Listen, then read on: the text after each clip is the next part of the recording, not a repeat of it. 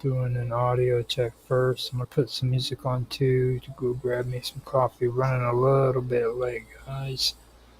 Um, Give me a second to get everything in order. This is my midnight show for Esoteric Agenda. And checking everything out. Sounds good on YouTube.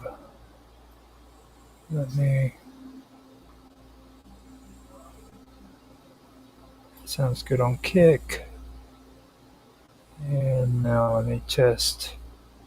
There we go. It's actually going already on Do Live too. So looks good on Do Live. And like I said, I am going to put on some music and I will come back here and be ready here in a minute.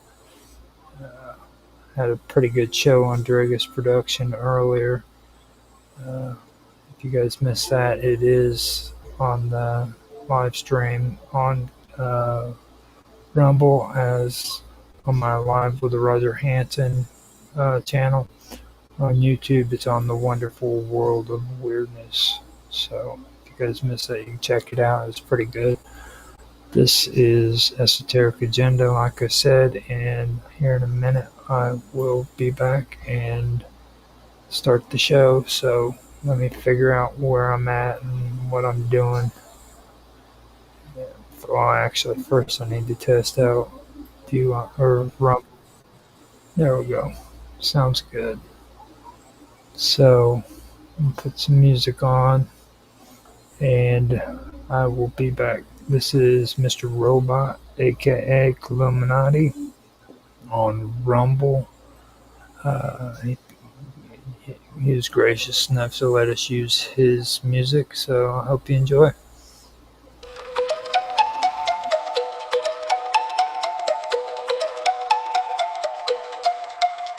Awakening from an epic dream, awakening from the long dark night. Awakening from history, awakening from duality.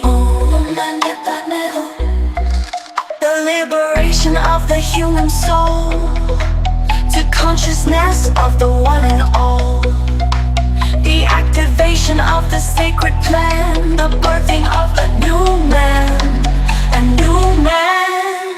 When the light within is revealed, all the pain and suffering shall be healed, and the truth of love is our destiny, living on the earth in peace and harmony.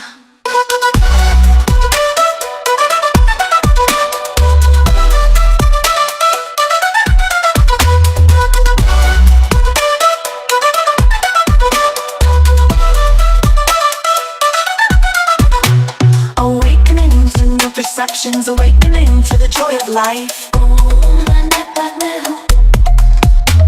Awakening to a new dimension, awakening to a paradise. The illusion of separation disappearing to unity,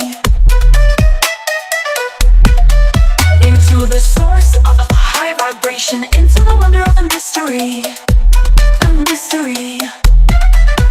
When the light within is revealed, all the pain and suffering shall be healed, and the truth of love is our destiny, living on the earth in peace and harmony.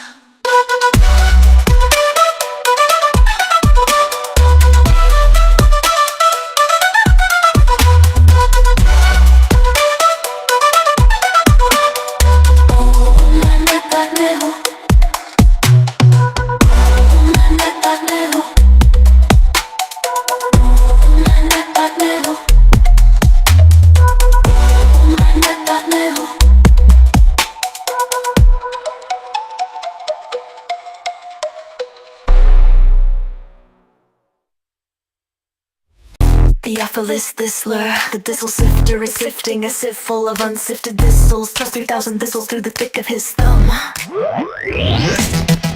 3,000 thistles through the thick of his thumb. 3,000 thistles through the thick of his thumb.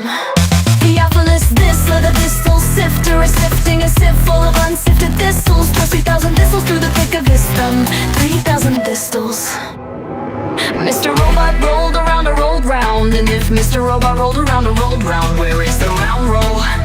Mr. Robot rolled round. Where is the round roll? Mr. Robot rolled round. Mr. Robot rolled round. Mr. Robot rolled round. And if Mr. Robot round and rolled round, and if Mr. Robot round and rolled round, where is the round roll? Mr. Robot rolled round. Here is an exercise demonstrating the union of in at the end of words. Dividing and gliding and sliding and falling and brawling and sprawling and driving and riving and striving. Dividing and gliding and sliding and falling and brawling and sprawling and driving and riving and driving. Theophilus Thistler, the thistle sifter, is sifting a sieve full of unsifted thistles. Plus 3,000 thistles through the thick of his thumb. Plus 3,000 thistles through the thick of his thumb. Plus 3,000 thistles through the thick of his thumb.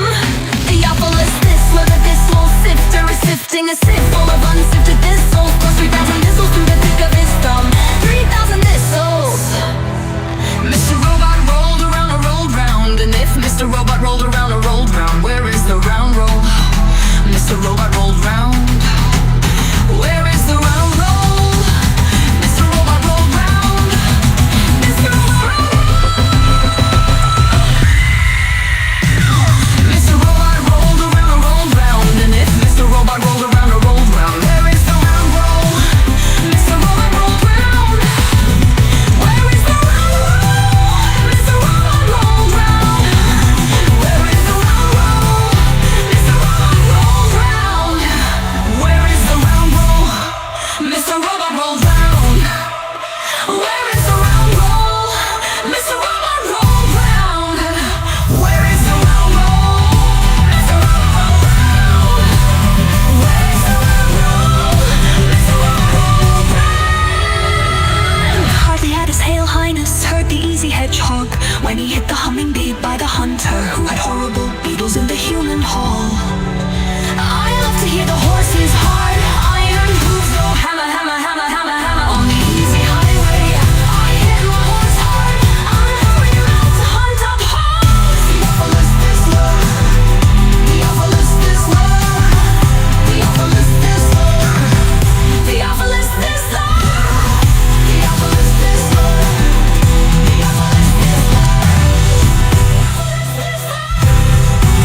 Theophilus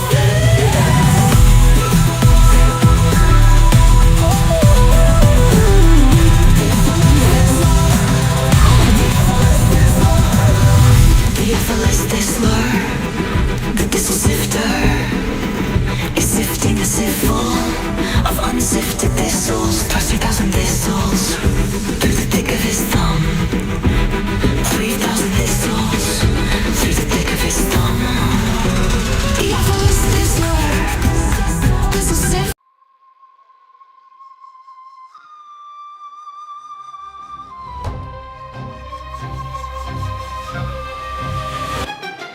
Once the gods carved earth like a cosmic chessboard, Poseidon claimed Atlantis, his starborn accord. 10 twin suns, throne of tridents waits at his command. Empire stretched from bow, big stones to Mayan sand. Monoliths stacked like Legos blocks no crane could lift. Sonic levitation, gods don't need pulleys or grit. Athena taught Athens, Hephaestus forged veins of gold, but Atlantis spires pierced heaven, stories untold. Ages of virtue, divine blood pure in the veins. No egregious geodesic temples where starlight reigns, but mortality crept in, diluted the grace. Go turn to rust, hubris eclipsed the god fast. Of Atlantis, drowned in the deep. Poseidon's lost kingdom, where titans still sleep. From Giza to Tiwanaku, the coals etched in awe. As above, so below, cosmic empire of law. And princes of plasma, their thrones now debris. Echoes of Atlantis, where gods walked the sea. Watch the fall, saw vice crack the divine. Pyramids hummed warnings, but they ignored the signs. Skies split with fury, tsunami swallowed their pride. Atlantis sang screaming, but blueprints survived. Baalbek's foundation, stones that defy modern math. 1,000-ton puzzle, gravity's aftermath. Scholars still baffled how they align the stars. They rode cosmic currents, breaching space-time's bars. Now divers chase shadows where crystal cities gleamed. AI scans the ocean, but truth a half-dream. Green Freemasons whisper maps in their lodges of lore. Plato's Critias, a metaphor or a war. Echoes of Atlantis drowned in the deep. Poseidon's lost kingdom where titans still sleep. From Giza to Tijuana, cold attention, all as above, so below. Cosmic empire of law, 10 princes of plasma, their thrones now debris. Echoes of Atlantis, where gods walk the sea.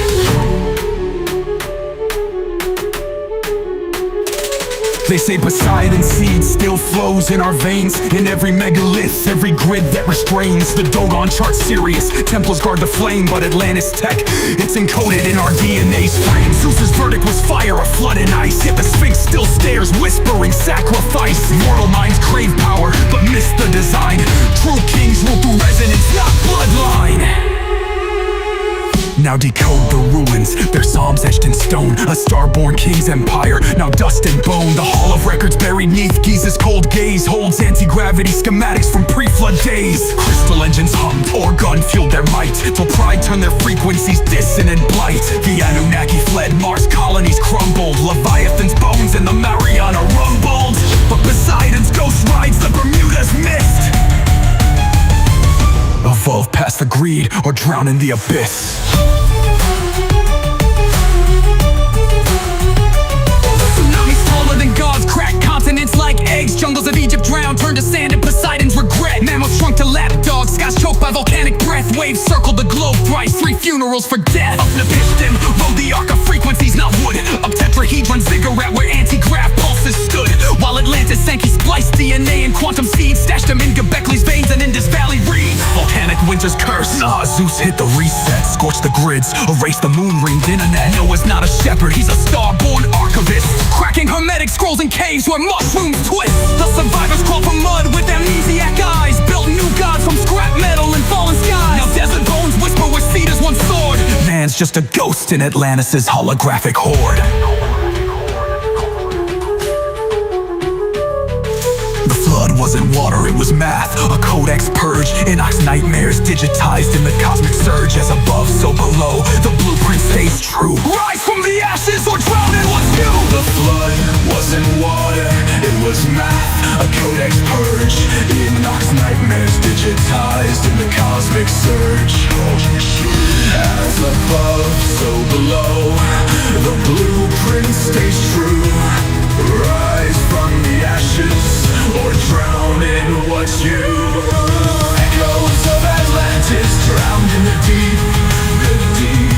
Poseidon's lost kingdom where titans still sleep. From Giza to Tijuana, their codes etched in awe. As above, so below, cosmic empire of law. 10 princes of plasma, their thrones now debris. Echoes of Atlantis, where gods walk the sea. So when you see Stonehenge, Angkor Wat spire, know Atlantis lives in the quantum choir. The gods were myths, their mentors in code. Rise from the ashes, or repeat what they owe.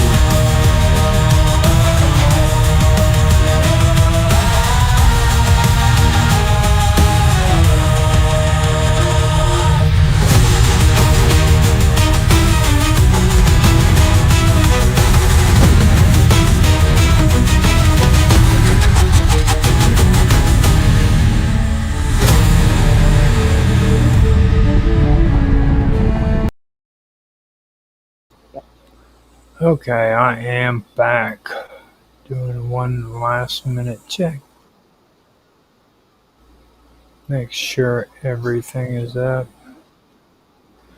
Alright, sounds good. So we are going to start the show now. Usually I do my countdown and everything, but I'm not going to do that because usually it finally dawned on me that usually I just do my edits according to my topic that I do, and I don't really put this conversation into the actual edit. So doing the countdown is kind of meaningless. You know what I'm saying? Now, with this, it's like I said in the previous episode. I I didn't want to get into the hermetics too much because I'd covered that pretty well in the 15-minute videos that I'd previously put out, and you can still see on my channel, The Wonderful World of Weirdness. Now, I covered the children of Lamech pretty well in that one, and then I did one episode here with the children of Lamech, and after that, on the older videos, I had started getting into the Fibonacci and math and things of that nature. But this time I want to kind of take it a different direction. As you guys might have noticed, I started getting into the old Arabic philosophers, and I covered most of those pretty good in the last episode. But this time I want to go over probably one of the greatest alchemists uh, in history that doesn't really get very much recognition or notice. So that's kind of what I'm wanting to cover. And I just realized I need to put my my thing back up. I did not realize that I had done that. But anyhow, I wanted to do that as my topic tonight. I have a lot of good stuff coming up that's going to actually be going according to this. As I go through it, I'm pretty sure that I'll be easing back into the hermetics and things of that nature too. But there's a lot of things that I left out the last time that I really do want to go over this time and put onto my streams and my videos. So with that being said, I will go ahead and stop talking and start um, discussing my topic. So with that, I'm going to talk about Jabir Ibn Hayyan. Okay, now Jabir Ibn Hayyan is one of the most legendary figures in the history of science, alchemy, and esoteric philosophy. Known in later Latin texts as Geber, his name became synonymous with alchemical wisdom and the mysterious transformation of matter and spirit. While the historical details surrounding his life are clouded by legend and scholarly debate, what remains clear is the lasting impact of the extensive corpus attributed to him and the philosophical underpinnings that guided those writings. Jabber's works do not merely consist of chemical recipes or instructions for the transmutation of metals. Rather, they reveal a deeply symbolic worldview that brings the material and the spiritual, the observable and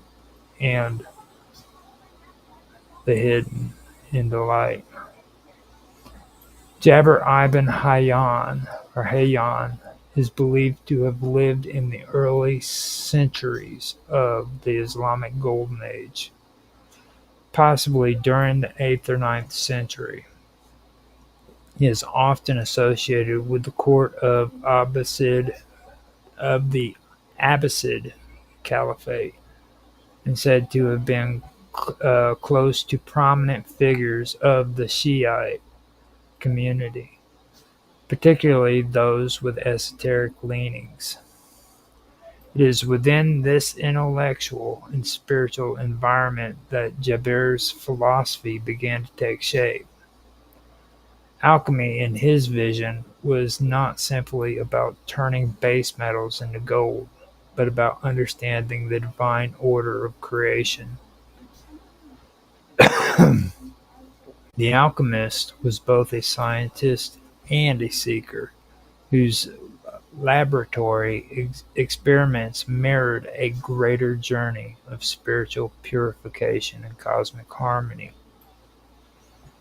At the core of Habir's, I'm guessing H is silent. At the core of Habir's alchemical philosophy is the doctrine of balance. He believed that all matter is composed of four basic elements: earth, water, air, and fire. These elements exist in various proportions within all substances, and their interaction is governed by qualities such as hotness, coolness, dryness, and moisture. When an imbalance occurs, matter becomes imperfect or impure. The role of the alchemist is to restore balance, whether in the body, the soul, or the material world. This ideal reflects the wider Neoplatonic and Hermetic traditions, which saw the material world as a reflection of a deeper spiritual reality. Habir's writings suggest that every physical transformation must be accompanied with metaphysical insight. The Philosopher's Stone, often cited in his work, is not just a physical substance that can transform lead into gold, but also a symbol of inner perfection. In this sense, the true alchemist is not one who hoards wealth, but one who transmutes the soul. The fire of the furnace represents the fire of the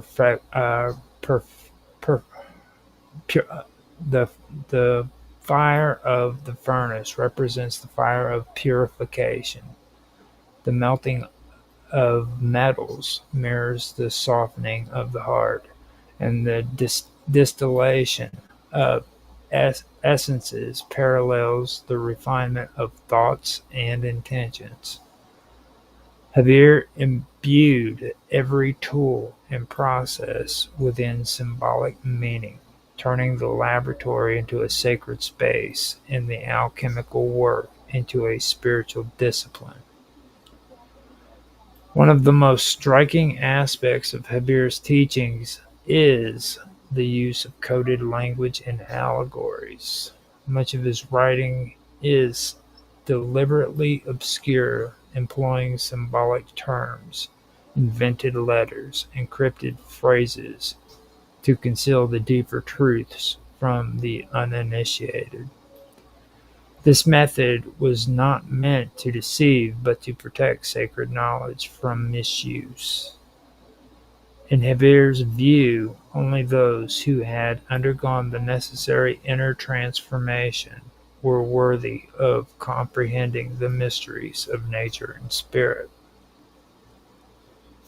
Habir's corpuses included hundreds of treatises, many of which deal with the classification of substances and the refinement of minerals. But interwoven throughout these texts are reflections of the soul, the cosmos, and divine will. He argued that metal grew within the earth in much the same way that humans grow in the womb, guided by hidden principles and a divine blueprint.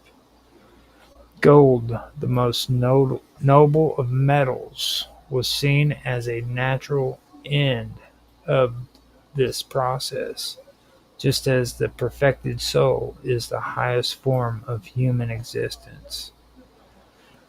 By accelerating the maturation of metals through alchemy, the alchemist is not defying nature but assisting it, bringing hidden potential into visible form. Habir also believed that the letters of the Arabic alphabet held deep cosmological significance. He linked them to numbers, elements, and cosmic forces, creating a system of correspondences that allowed for a sacred reading of language itself.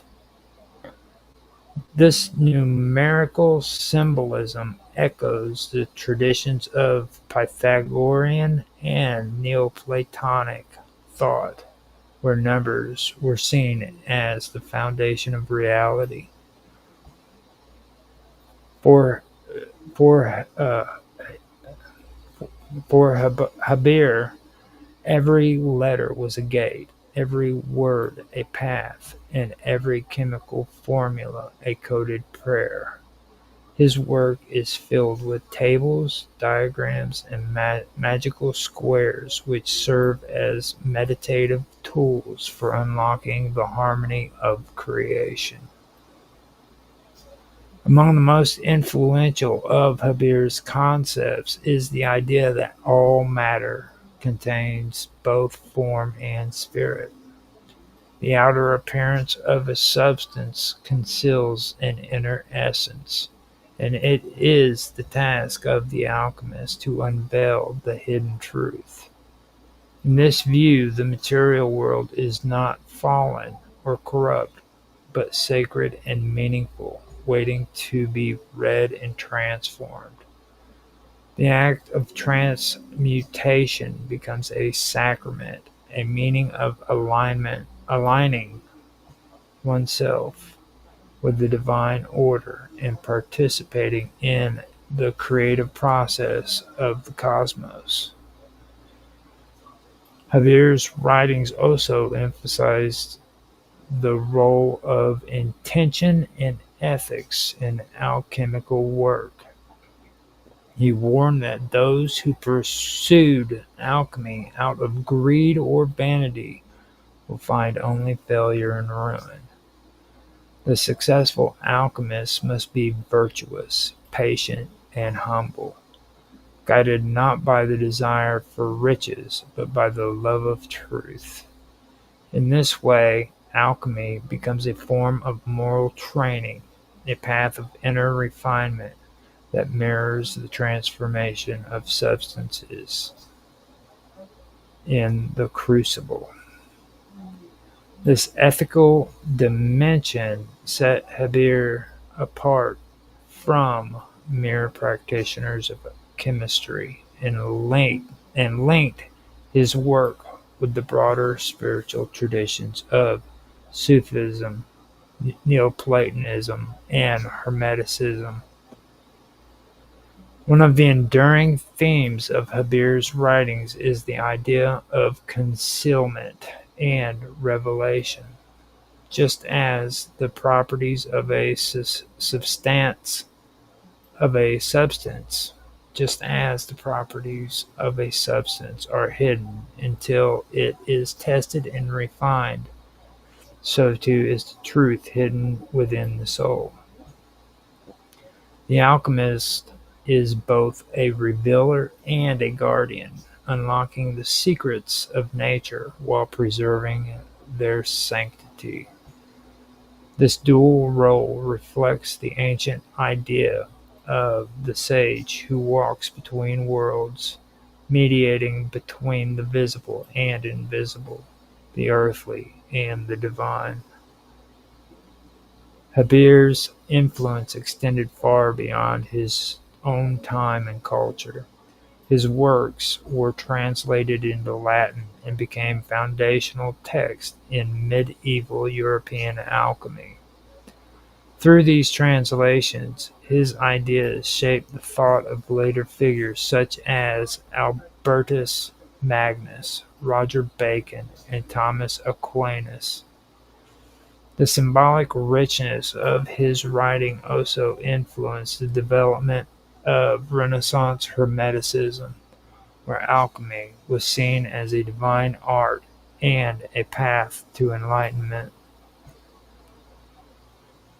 While science has evolved into a discipline that often separates itself from metaphysics, there remains a growing interest in holistic approaches that integrate matter and spirit.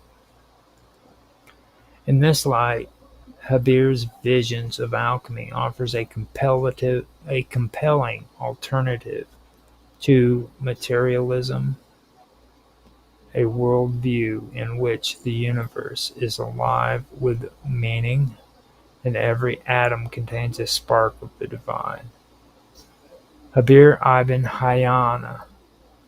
Hayyan produced one of the most extensive and symbolically rich bodies of esoteric writing in the history of Islamic thought. His collective works are vast, multi-layered, and deeply reflective of a worldview where spiritual enlightenment and physical experimentations were inextricably linked.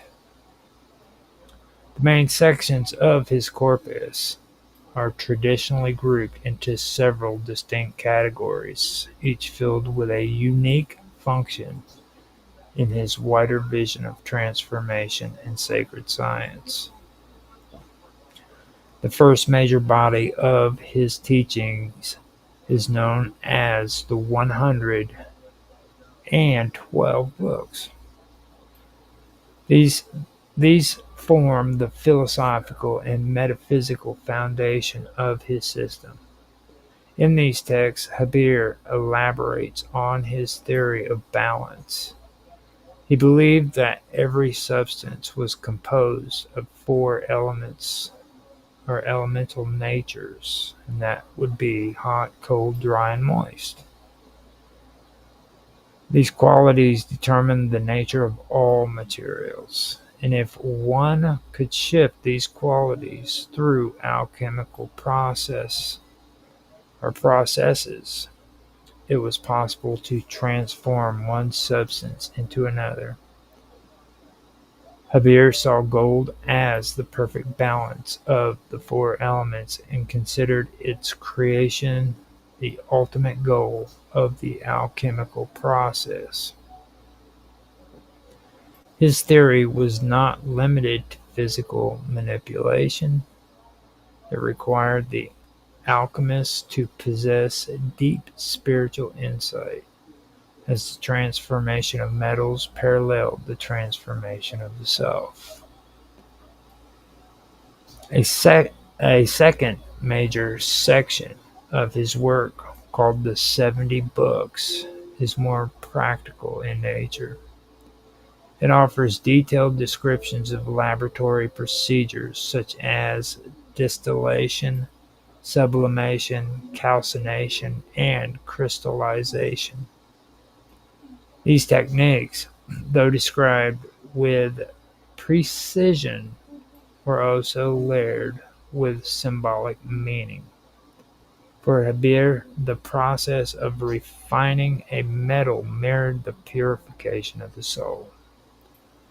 Each stage represented a trial the alchemist had to endure, and each transformation in the laboratory was also a moral and spiritual transformation. The 70 books contain recipes and procedures, but present them in a cryptic and allegoric fashion, demanding interpretation by an initiate who had undergone proper inner preparation. Another group of writings known as the 10 Books of rectification serves as a corrective lens for earlier alchemical doctrines. These texts seek to clarify misinterpretations, refine previous knowledge, and offer critical commentary on Greek and Persian sources. Habir Habir positioned himself as both a transmitter and a reformer of ancient wisdom, creating a unified doctrine of alchemy that aligned with his vision of sacred knowledge. These writings show how deeply he valued intellectual precision as well as spiritual purity. The Books of Balance, or the Katib al-Mizan, held a central place in his thought.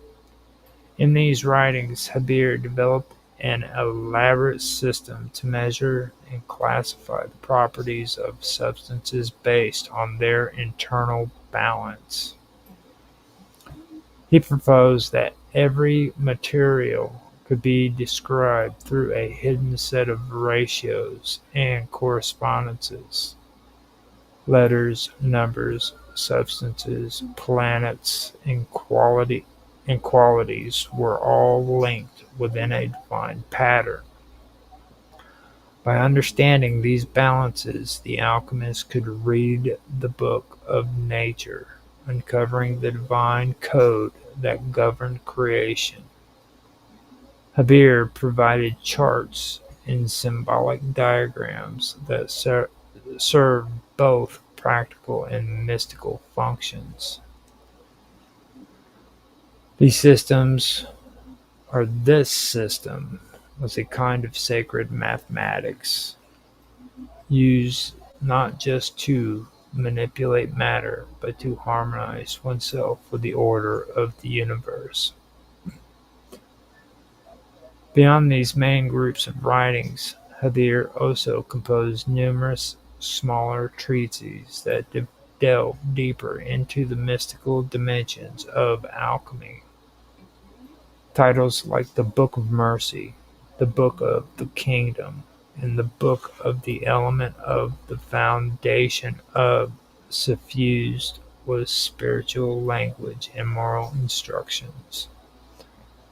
These works described alchemy as a path to divine wisdom, a form of initiation that demanded humility, secrecy, and devotion.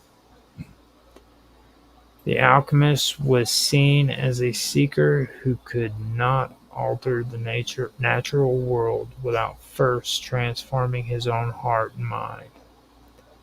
In these texts, the alchemical metaphors become intensely spiritual.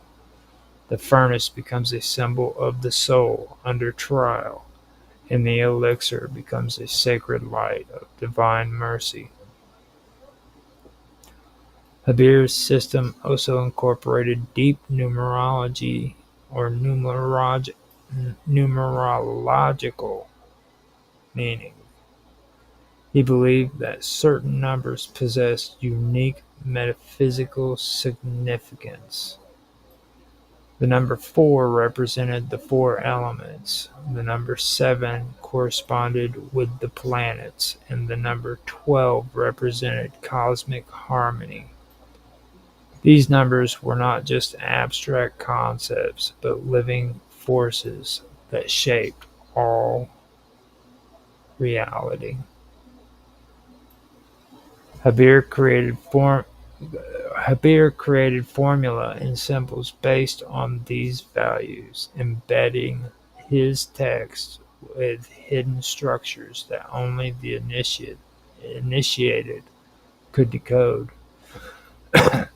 He was deeply influenced by earlier thinkers like Hermes Trismegistus and Zosimus of Panopolis, incorporating Neoplatonic and Pythagorean ideas into his own synthesis.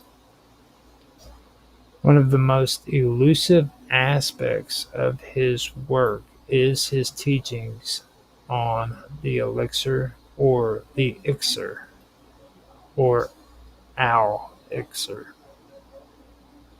This is a mysterious substance capable of transmuting base metal into noble ones, but it was also a spiritual principle. To create the elixir, the alchemist had to undergo a complete inner transformation, passing through trials and revelations. It was believed that only one who had reached a high spiritual state could bring forth the elixir. This process symbolized divine grace and the soul's return to its original uncorrupted state. Javier also devoted a system of talismanic science which drew upon astrology, sacred geometry, and elemental magic. He, he taught that certain materials had celestial correspondences, and that by performing rituals at astrologically significant moments, the alchemists could unlock their hidden powers. This part of his teaching reveals a belief in the cosmos as a living and interconnected whole. Every star, metal, word, and number had a role to play in the divine order. The practitioner who mastered these correspondences could align their soul with the heavens. The writings of Javier Ibn Hayyan form a vast and interconnected body of esoteric knowledge. They are not simply manuals of chemical procedures or mystical allegories. They are a unified system in which the physical, the spiritual, and the intellectual are woven into one continuous path. Alchemy for Habir was a sacred science, a reflection of divine wisdom encoded in the material world. Through it, one could ascend from the corruption of the earthly to the perfection of the divine. His teachings laid the foundation for much of the later Islamic and European alchemical traditions, yet they remain cloaked in secrecy, symbolic language, and spiritual demand. To walk the path he laid out was not merely to seek gold or power, but to become a vessel of wisdom, mirroring the order and balance of creation itself. Javier Ibn Hayyan elaborated in great depth on the elemental qualities of hotness, coldness, dryness, and moisture. These were not just physical attributes, but metaphysical principles that formed the foundation of his entire alchemical and cosmological system. Habir inherited these concepts from earlier Hellenistic and Aristotelian thought, but he expanded upon them with unique symbolic interpretations, fusing Greek natural philosophy with Islamic spiritual cosmology. According to Habir, all matter in the universe was composed of varying proportions of the four primary qualities, which is hot, cold, dry, and moist. These qualities combined in different ways to form the four classical elements: fire, air, water, and earth. Fire was hot and dry, air was hot and moist, water was cold and moist, and earth was cold and dry. Every material substance could be broken down into these elemental compositions, and through understanding them, the alchemist could begin to transform one substance into another. Javier believed that the key to transmutation lay in identifying the imbalance in a substance's qualities and correcting it through precise alchemical processes. For instance, if a base metal was too cold and dry, it could be heated and moistened in such a way that it gradually took on the balanced, noble qualities of gold, which he believed represented the perfect harmony of these four qualities. But these elements were not just physical. Javier saw them as carriers of spiritual meaning. Hotness could symbolize energy, action, or divine power. Coldness could reflect withdrawal, latency, or hidden potential. Dryness often represented form, structure, or fixation, while moisture signified flexibility, receptivity, or the capacity to bind and unite. The interaction between these forces reflected both material changes in nature and internal transformation of the human soul. He went so far as to assign moral and psychological attributes to these qualities. A person dominated by dryness and coldness might be rigid and withdrawn, while someone with excessive hotness and moisture might be passionate and unstable. The alchemist's task was to balance these traits within the self as well as within the materials being worked upon. In this way, the laboratory became a mirror of the inner world, and the work of purification and transformation was both external and internal. Javier even created tables and diagrams to classify substances based on their levels of hotness, coldness, dryness, and moisture. These were not arbitrary measurements, but attempts to systematize nature's hidden architecture. His science of balance was a sacred His science of balance was a sacred geometry of the elements, designed to reveal the divine plan encoded in creation.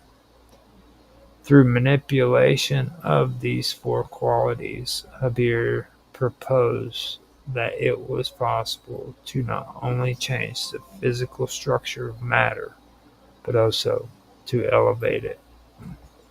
Just as the soul could ascend through purification, so too could matter rise toward perfection. In this sense, alchemy became a spiritual act, and the elements became channels for divine influence. In Neoplatonic tradition, the material world was not viewed as an independent or ultimate reality, but rather as a shadow or reflection of a deeper spiritual truth. Neoplatonism, which drew heavily from the teachings of Plato, developed a metaphysical framework where all of existence flowed from a single, ineffable source, often called the One. The source was beyond all comprehension, beyond being itself, and yet it generated everything that existed through a series of emanations. The first emanation from the One was the divine intellect, which contained within it the perfect forms or archetypes of all things. From the intellect emanated the soul, which connected the spirit realm with the material. This cosmic soul, according to thinkers like Plotinus and Proclus, gave rise to individual souls and also animated the cosmos itself. Finally, at the furthest removed from the One, the material world came into being. It was the most distant and least perfect reflection of the divine, yet it still retained traces of its origin. This descent from unity to multiplicity was not a fall in the negative sense, but a natural expansion of being. However, the further away something was from the source, the more fragmented and shadowy it became. Matter was seen as the lowest level of the emanation chain, not evil in itself, but the most imperfect reflection of divine light. It was like the dim glow of a distant star, still connected to its origin, but obscured by layers of darkness. Despite this, Neoplatonism did not reject the material world. Instead, it viewed the cosmos as a symbolic mirror, full of signs and correspondences that point back towards higher realities.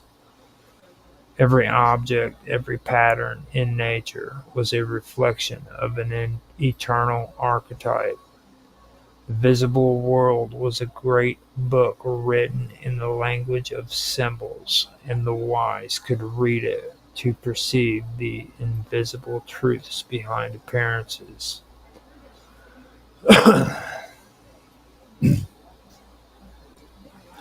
The soul trap in the material realm was not doomed, but called to remember its origin.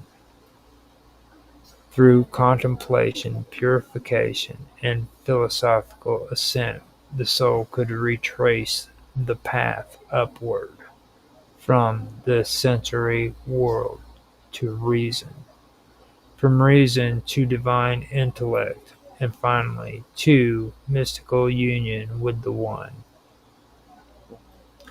This ascent was mirrored in spiritual practices such as theurgy, which used rituals, invocation, and symbols to align the soul with higher beings and the divine order. Neoplatonic philosophers believed that beauty in the material world was especially potent. When one encountered beauty, whether in nature, art, or mathematics, it stirred the soul and reminded it of the divine harmony from which it came. Beauty was a faint echo of the perfection of the One, a lure drawing the soul back toward unity. In this tradition, everything was interconnected through a vast chain of being. Minerals, plants, animals, stars, gods, and humans all had their places within this hierarchy, and all were linked through correspondences that could be traced and understood. Alchemists, magicians, and mystics who adopted Neoplatonic ideas believed that by working with material substances in accordance with these principles, they could bring about transformation, not only in matter, but also in the soul.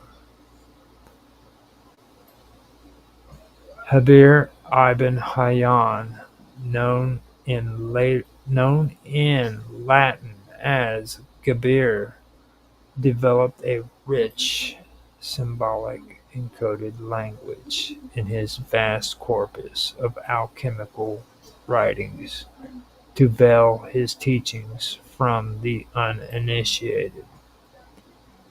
His use of symbolic terms, invented letters, encrypted phrases was intentional and served multiple purposes. First, it acted as a safeguard against misuse of dangerous knowledge. Second, it mirrored the Neoplatonic and Hermetic idea that truth must be hidden behind layers, only to be revealed through contemplation, purification, and inner readiness. Lastly, it was a literary device that reflected the metaphysical complexity of the universe, in which every visible reality was linked to an invisible cause. Among Javier's most famous inventions were coded terms for common elements, compounds, and operations in alchemy. He often referred to materials using symbolic metaphors taken from astrology, mythology, and sacred numerology. For instance, gold was sometimes called the sun, silver the moon, and Mercury the messenger. These were not arbitrary, but based on the belief that celestial bodies govern material substances, and thus the transmutation of metals involved cosmic alignments. He often concealed the names of active ingredients by referring to their zodiacal rulers,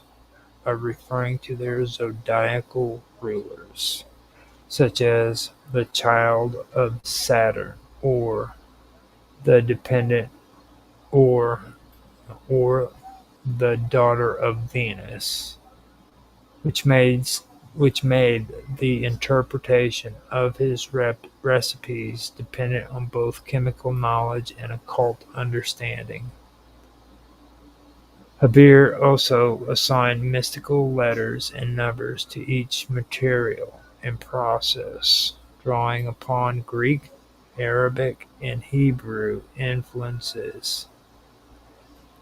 Each element was correlated to a specific numerical value or geometric shape, reflecting the hidden harmony he believed governed the cosmos.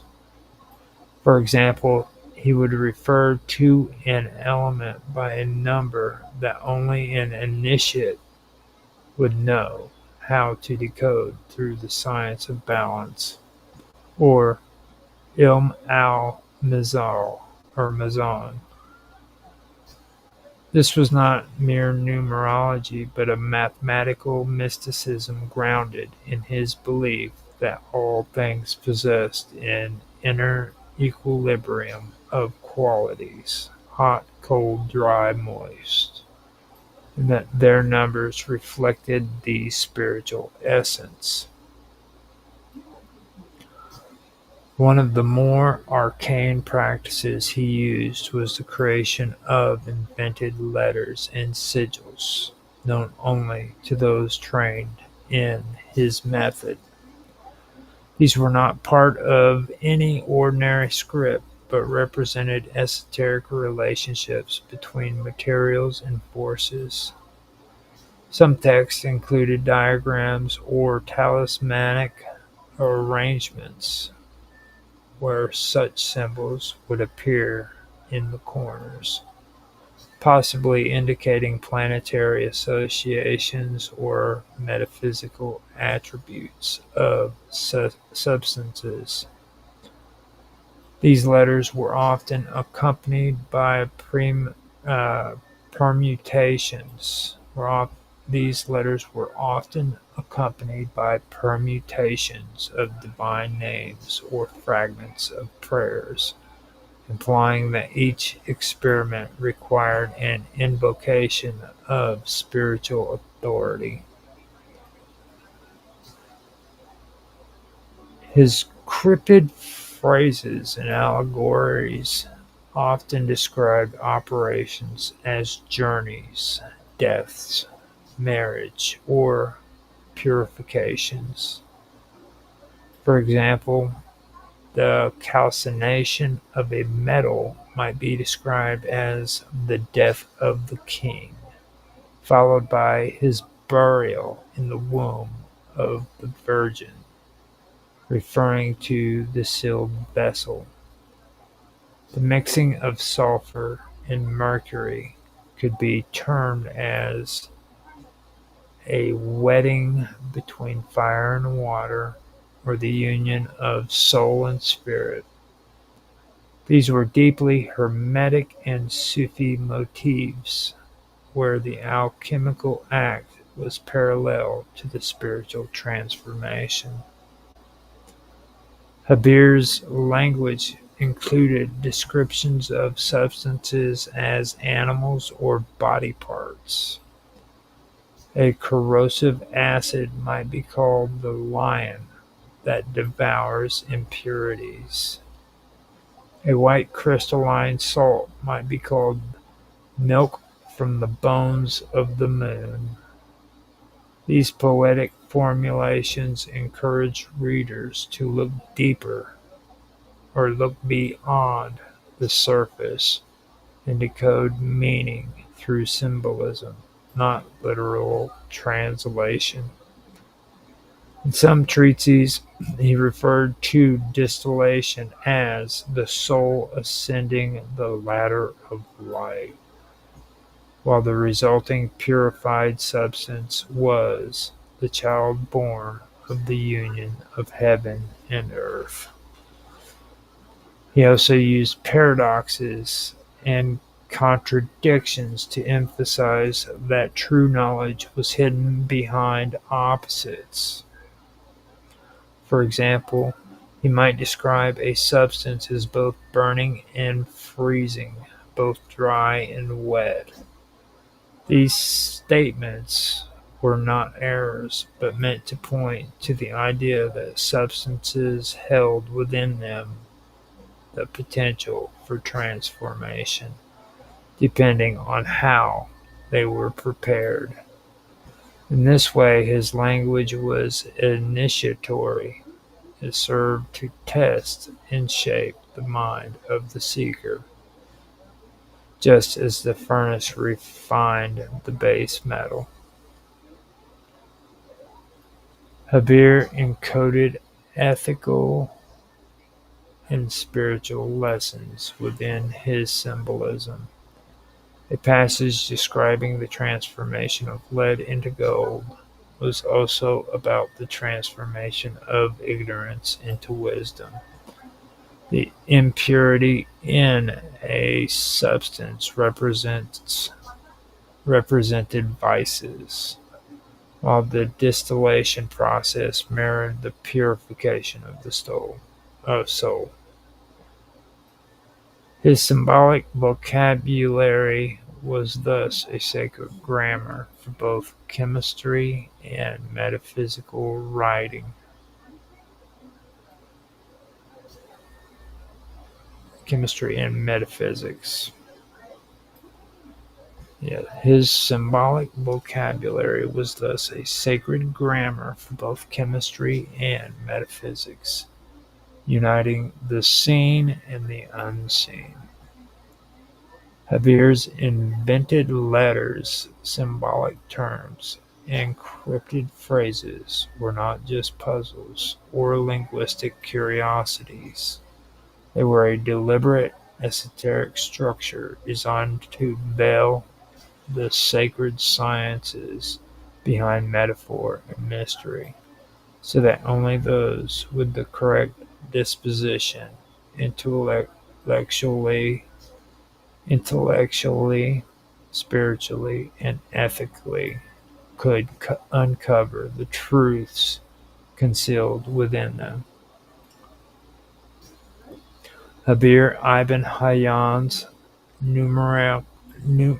numerical symbolism shares several profound parallels with Pythagorean and Neoplatonic thought, particularly in how he conceived numbers as both qualitative and cosmological realities. In all three traditions, numbers were not seen merely as quantitative markers, but as archetypal principles that govern both the material and immaterial realms. Javier's systems of numerical balance was deeply embedded in his cosmology, chemistry, and metaphysics, echoing the ancient Greek belief that the universe is structured by number and proportion. One of Habir's central ideas was the concept of balance, or meson, where each substance was composed of four elemental qualities: hot, cold, dry, and moist. Each quality was assigned to numerical value between 1 and 10. The substances were defined by their particular arrangement of these values. For instance, mercury might be described as possessing a heat of 6 and a dryness of 3, while sulfur might carry a different numerical profile. The balance between these values determined the nature and potential transformation of a material, just as in Pythagorean thought, where harmony depended on the ratio between numbers. In this way, Habir's application of number was not just observational, it was operative. The numbers allowed him to create a symbolic matrix of properties, elements, and processes that mirrored the Pythagorean musical scale or the Neoplatonic celestial hierarchy.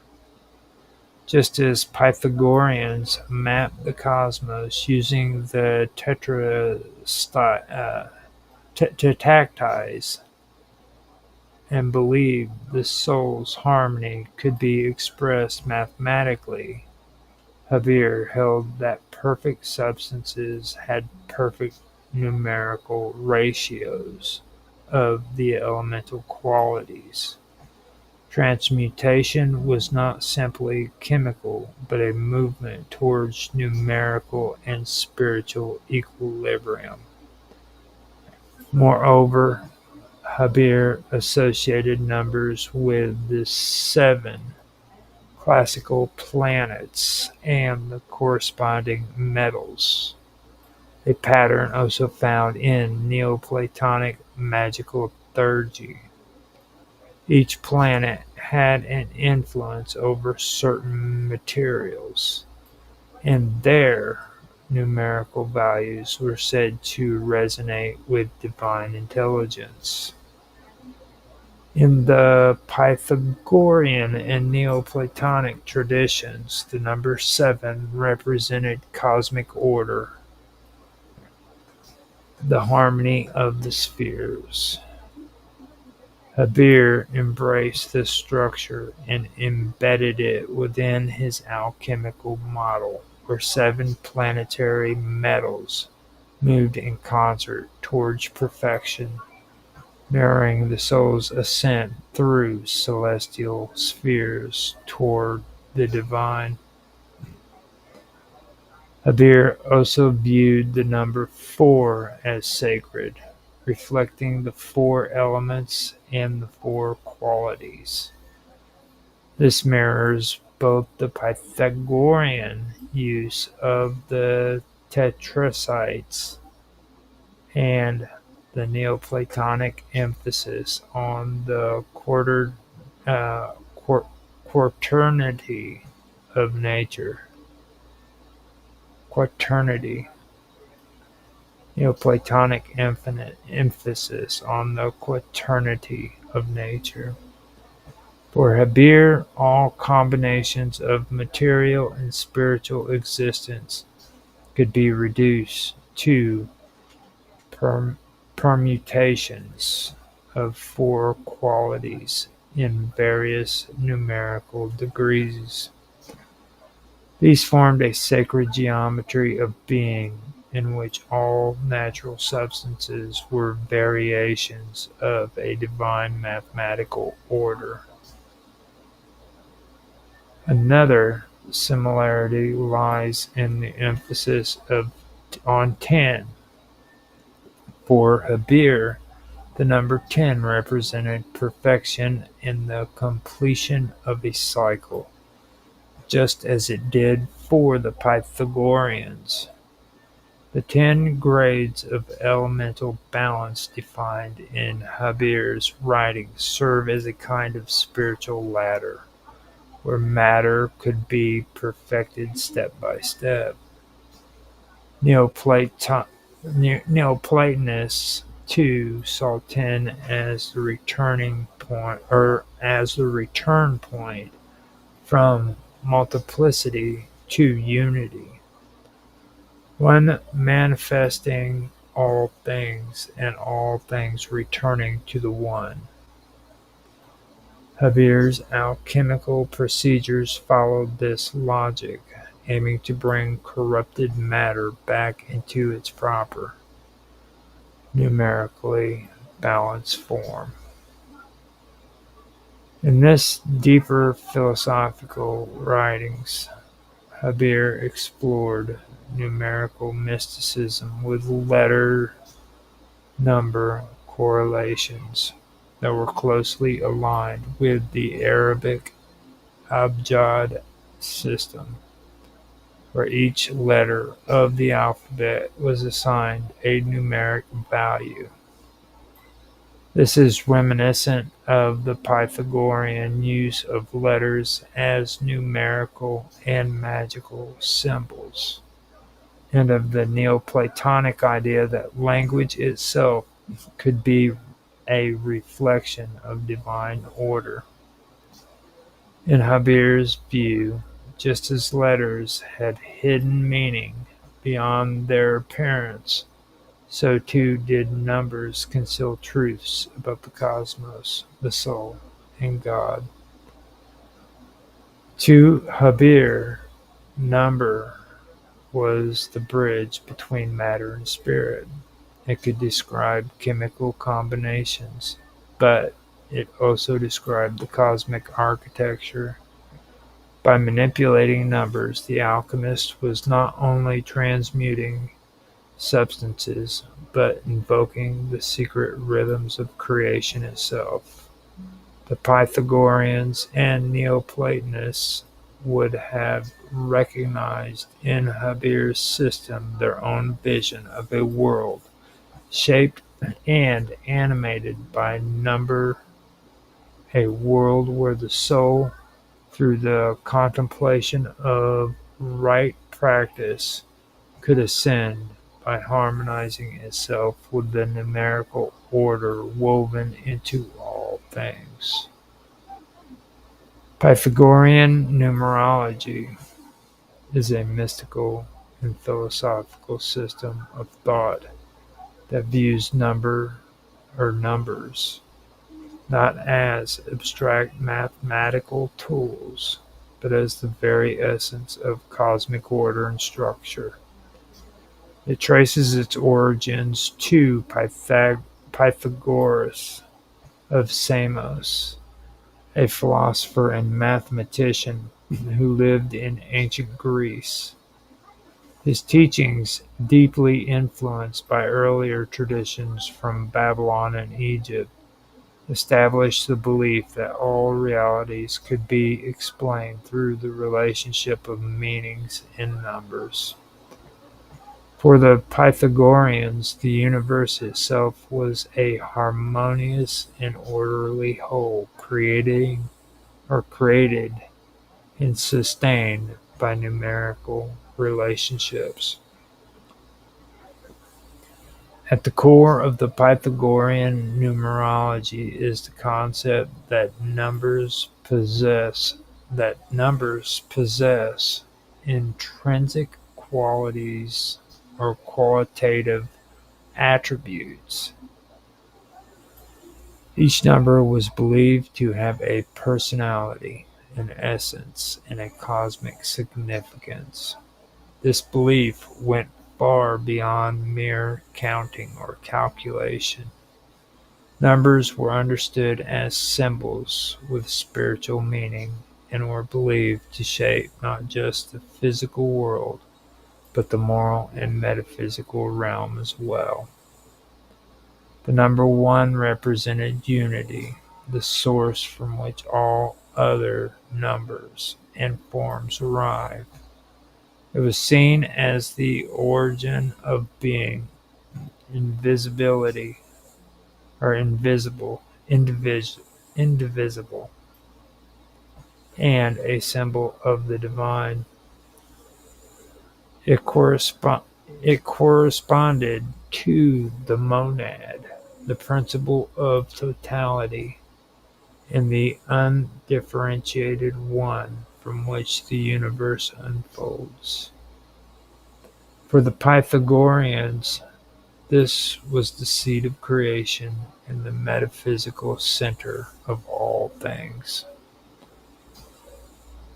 The number two signified duality, division, and the beginning of multiplicity. It symbolized polarity, light and dark, male and female, day and night. It was the dyad, representing the tension and interplay of opposites that made interaction and change possible. Though necessary, it was also seen as the beginning of imperfection and contrast. The number three was associated with harmony and completeness. It symbolized balance as seen in the geometric triangle, which was revered as the first perfect form. The number three was used in spiritual formulation, including the triad of body, soul, and spirit. The Pythagoreans saw the triangle as representing the synthesis of unity and duality into a stable and balanced form. The number four was sacred for the Pythagoreans and represented structure and foundation. It was linked with the four elements, earth, air, fire, and water, as well as the four seasons and the four directions. The square, formed from four equal sides, became a symbol of material reality in the ordered world. The number four underpinned many sacred diagrams, including the tetractys,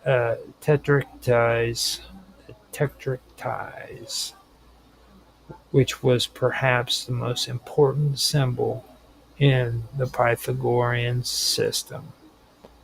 The tetractys is a triangular figure composed of 10 points arranged in 4 rows. It was venerated as a symbol of divine harmony and the structure of reality. The rows contained 1, 2, 3, and 4 points, respectively, and when summed together they form 10. The tetractys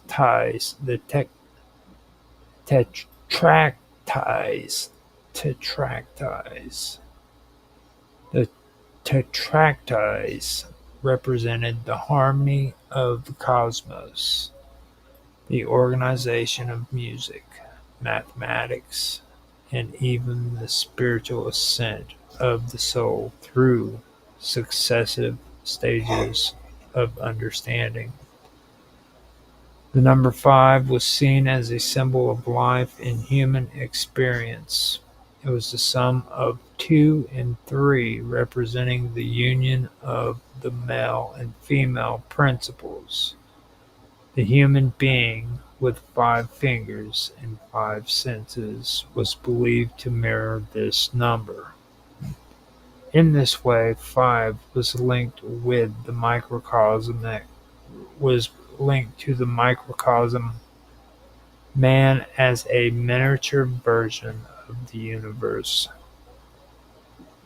The number 6 represented perfection, especially in the natural world. It was considered a perfect number because it could be evenly divided by 1, 2, and 3, and those numbers also added up to 6. The Pythagoreans found harmony in this numerical balance and associated it with marriage, beauty, and the resolution of opposites. The number 7 was revered as the number of mystery, spiritual insight, and the sacred. It symbolized the union of the physical and spiritual worlds.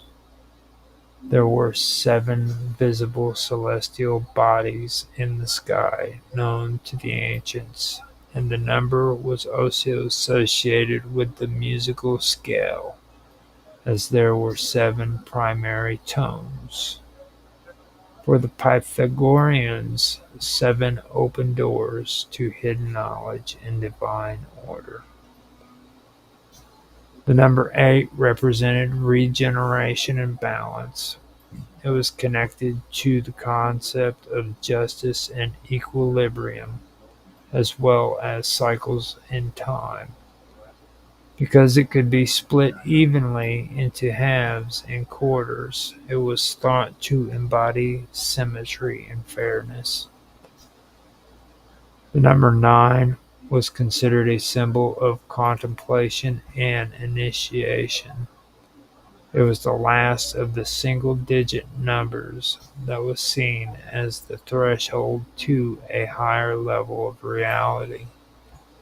It was sometimes connected to the concept of the Ennead, or the Ennead, a group of 9 deities or principles, and was used to mark spiritual completion before the return to unity. Ennead, the Ennead. The number 10 was the sacred number that represented the return to unity at a higher level.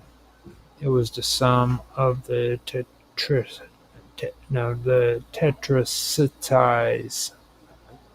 tetractys. I have a hard time with that word. Tetractys, the tetractys. It was the sum of the tetractys and symbolized the entirety of the universe. 10 included all previous numbers within it and represented cosmic wholeness and fulfillment. It marked the completion of a cycle and the perfection of divine order. The Pythagorean numerology and relationships between these numbers were just as important as the individual meaning or meanings. Mathematical ratios, especially those found in musical harmony, were considered to reveal the hidden structures of the universe. The ratio of 1 to 2 created the octave, 1 to 3 the fifth, and 3 to 4 the fourth. These harmonic intervals were believed to reflect the harmony of the spheres, the music of the heavens produced by the motion of celestial bodies. Numbers were also applied symbolically to human life in the stages of spiritual growth. The soul's journey was imagined as a progression through different numerical stages, reflecting increasing harmony and understanding. Even letters and words were interpreted through their numerical values, using systems such as isopsephy or gematria, where words and names were believed to carry hidden meanings encoded in numbers. The Pythagoreans maintained a strong ethical dimension to their numerology. Numbers were not merely intellectual constructs, but tools for moral development and spiritual purification. To live in accordance with numerical harmony was to align oneself with cosmic truth and divine will. Mathematics was a sacred discipline because it revealed the order of the divine mind. The teachings were transmitted within secret schools and preserved as oral doctrines for initiates. The symbolism of numbers extended into every facet of their lives: ritual, music, architecture, and meditation. For example, the temples were often constructed according to sacred geometrical proportions, believed to attract divine harmony.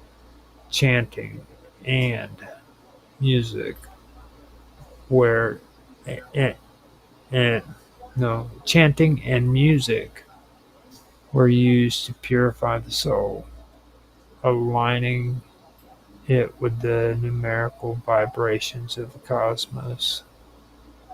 Pythagorean numerology proposed that the universe was a mathematical expression of the divine.